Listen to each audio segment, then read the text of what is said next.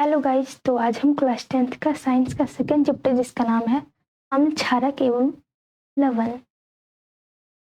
तो आज हम चैप्टर का कुछ क्वेश्चन देखेंगे जो हमारे बुक्स में दिया हुआ है। तो हमारा फर्स्ट क्वेश्चन है, आपको 3 परख नलियां दी गई हैं। इनमें से एक में आश्वी जल तथा शेष 2 में से एक में जो है अम्लीय विलयन तथा दूसरे में क्षारकीय विलयन है। यदि आपको केवल लाल लिटमस पत्र दिया जाता है तो आप प्रत्येक परख नली में रखे गए पदार्थों की पहचान कैसे करेंगे? तो ये है हमारा क्वेश्चन। तो अब देखते हैं इसका आंसर क्या होगा। तो इसका आंसर होगा, यदि लाल लिटमस पत्र का रंग नहीं बदलता है तो यदि लाल लिटमस पत्र का रंग नहीं बदलता तो यह अम्ल है। यदि लाल लिटमस पत्र का रंग नीले रंग में परिवर्तित हो जाता है तो यह क्षारक है। यदि लिटमस पत्र के रंग में हल्का परिवर्तन हल्के बैंगनी रंग का होता है तो यह आश्वी जल है। यह है इसका आंसर। तो हम देखते हैं नेक्स्ट क्वेश्चन हमारा। तो हमारा नेक्स्ट क्वेश्चन है, पीतल एवं तांबे के बर्तनों में दही एवं खट्टे पदार्थ को क्यों नहीं रखने चाहिए? तो इसका आंसर हो जाएगा, दही एवं खट्टे पदार्थों में अम्ल पाया जाता है।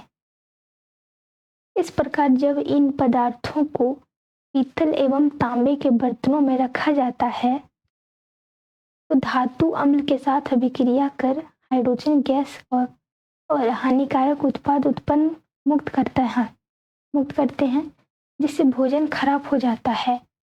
कि हम पीतल एवं तांबे के बर्तनों में दही एवं खट्टे पदार्थ को नहीं रखते हैं। तो नेक्स्ट क्वेश्चन देखते हैं। नेक्स्ट है हमारा, धातु के साथ अम्ल की अभिक्रिया होने पर सामान्य कौन सी गैस निकलती है?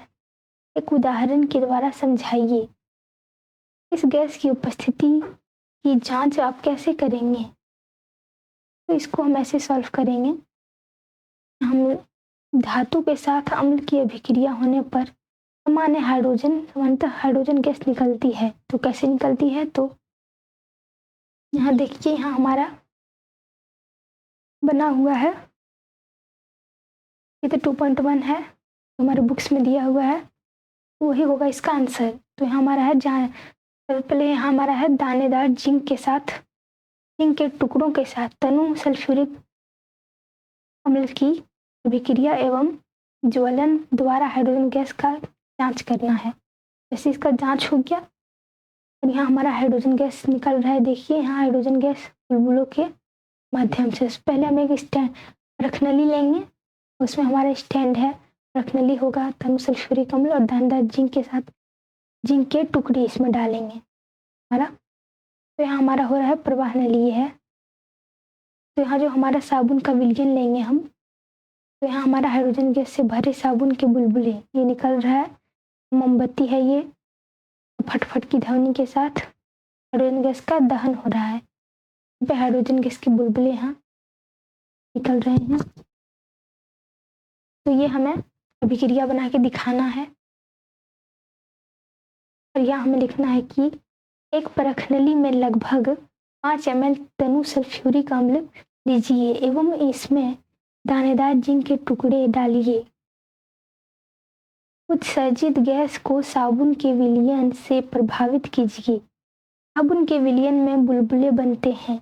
इन बुलबुलों में हाइड्रोजन गैस व्याप्त है। तो H2SO4 प्लस Zn।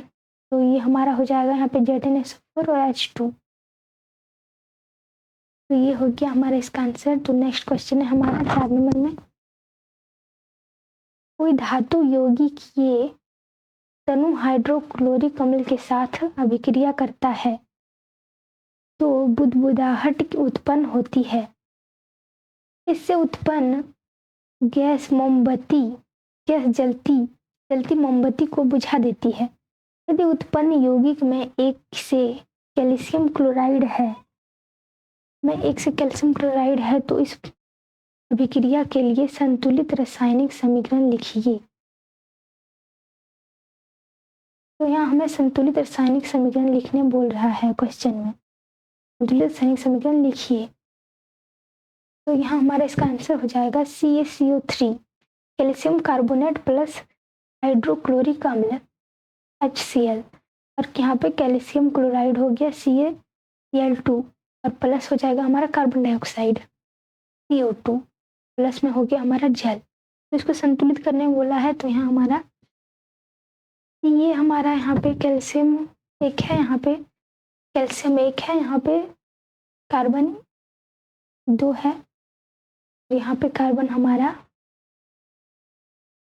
1 और 1 2 है। तो यहाँ हमें संतुलित करने के लिए बस यहाँ 2 लगाना है, क्योंकि यहाँ पे हाइड्रोजन जो है यहाँ पे 2 है, H2 यहाँ पे हमारा है, तो हाइड्रोजन यहाँ पे हमारा 2 है, इसलिए यहाँ लगा देंगे तो हमारा हाइड्रोजन 2 हो जाएगा, Cl2 हो गया हमारा, और यहाँ पे भी Cl2 है, तो संतुलित हो गया, Cl हो गया 2, यहाँ पे भी Cl2 है, यहाँ पे C हमारा 1 है, यहाँ पे भी C 1 है, यहाँ CO2 है, ऑक्सीजन हमारा 2 और 1 3 यहाँ पे भी है, यहाँ पे भी ऑक्सीजन 3 है, यहाँ पे कार्बन जो हमारा है वो 1 है, और यहाँ पे भी हमारा कार्बन 1 ही है, यहाँ पे Cl जो है कैल्शियम ये भी 1 है, यहाँ पे भी 1 है, ये संतुलित हो गया। तो देखते हैं नेक्स्ट क्वेश्चन। नेक्स्ट है हमारा 5 नंबर का, HCl और HNO3 यदि जलीय विलयन में अम्लीय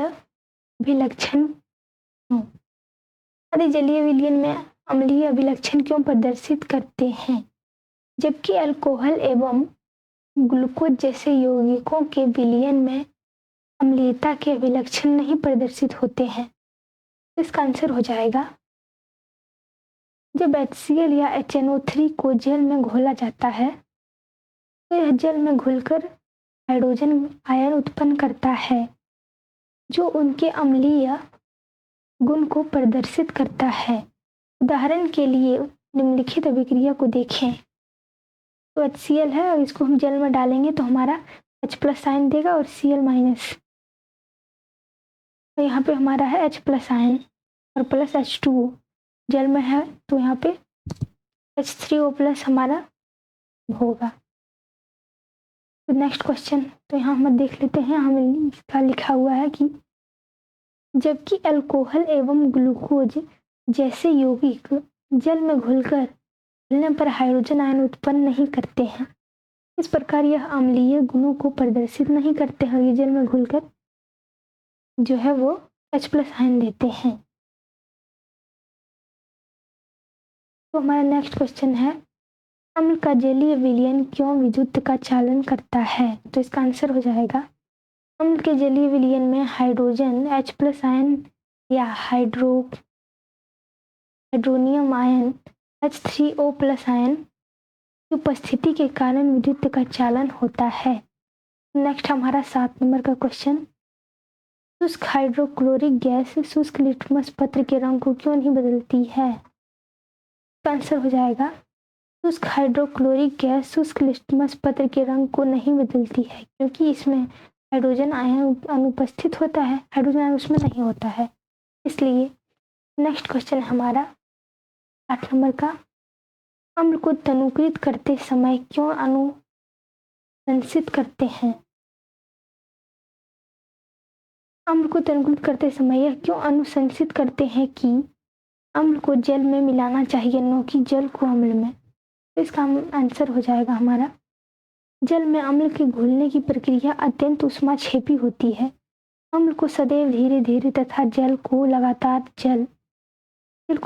जल में हिलाते हुए जल में मिलाना चाहिए। सांद्र अम्ल में जल मिलाने पर उत्पन्न हुई ऊष्मा के कारण मिश्रण अस्फालित होकर बाहर आ सकता है तथा आप जल सकते हैं। इसलिए अम्ल को तनुकृत करते समय अनुशंसित करते हैं और अम्ल को जल में मिलाना, इसलिए हम कहते हैं कि अम्ल को जल में मिलाना चाहिए, न कि जल को अम्ल में। तो ये हो गया इसका आंसर। तो नेक्स्ट है हमारा क्वेश्चन 9 नंबर का, अम्ल के विलयन को तनुकृत करते समय hydronium hydronium ion H3O plus ion की सांद्रता कैसे प्रभावित होती है? इसका आंसर हो जाएगा जब अम्ल के विलयन को तनुकृत कर किया जाता है तब hydronium ion H3O plus ion की सांद्रता में प्रति इकाई आयतन में कमी हो जाती है। इसका अर्थ है कि अम्ल की शक्ति घटती है। तो नेक्स्ट क्वेश्चन हमारा 10 नंबर का, जब सोडियम हाइड्रोक्साइड विलयन में अधिक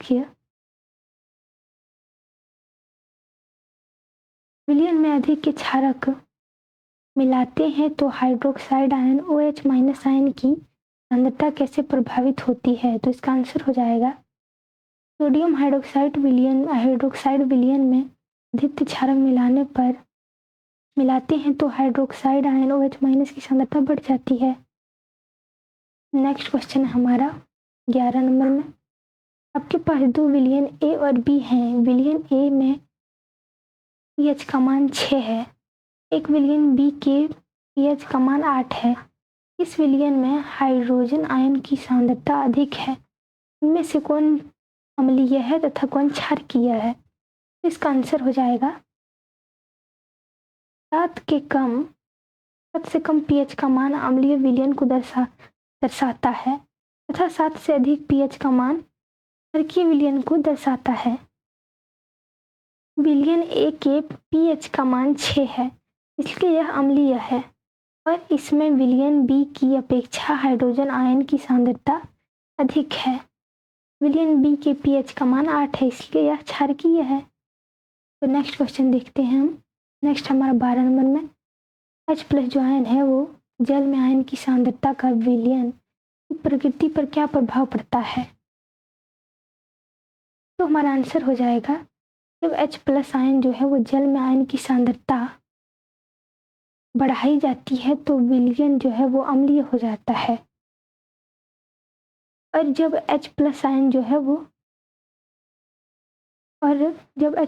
जल में है उसका आयन की सांद्रता घटाई जाती है तो विलयन की प्रकृति क्षारीय हो जाती है। ये हो गया इसका आंसर। तो देखते हैं हमारा नेक्स्ट क्वेश्चन है 13 नंबर में, क्षारकीय विलयन में H प्लस जो आयन है वो आयन जल में आयन होते हैं? अगर हाँ तो यह क्षारकीय क्यों होते हैं? तो इसका आंसर हो जाएगा हाँ, क्षारकीय विलयन में H प्लस जो आयन है वो जल में आयन होते हैं। OH माइनस आयन की सांद्रता की तुलना में H प्लस आयन जो है वो जल में इसकी सांद्रता कम होती है, जो विलयन को क्षारकीय बनाता है। और नेक्स्ट क्वेश्चन है हमारा 14 नंबर में, कोई किसान खेत की मृदा की इस परिस्थिति में बिना बुझा हुआ चूना, कैल्शियम ऑक्साइड बुझा हुआ चूना, कैल्शियम हाइड्रोक्साइड या चाक, कैल्शियम कार्बोनेट चाक जो भी है कैल्शियम कार्बोनेट का उपयोग करेगा? इसका आंसर हो जाएगा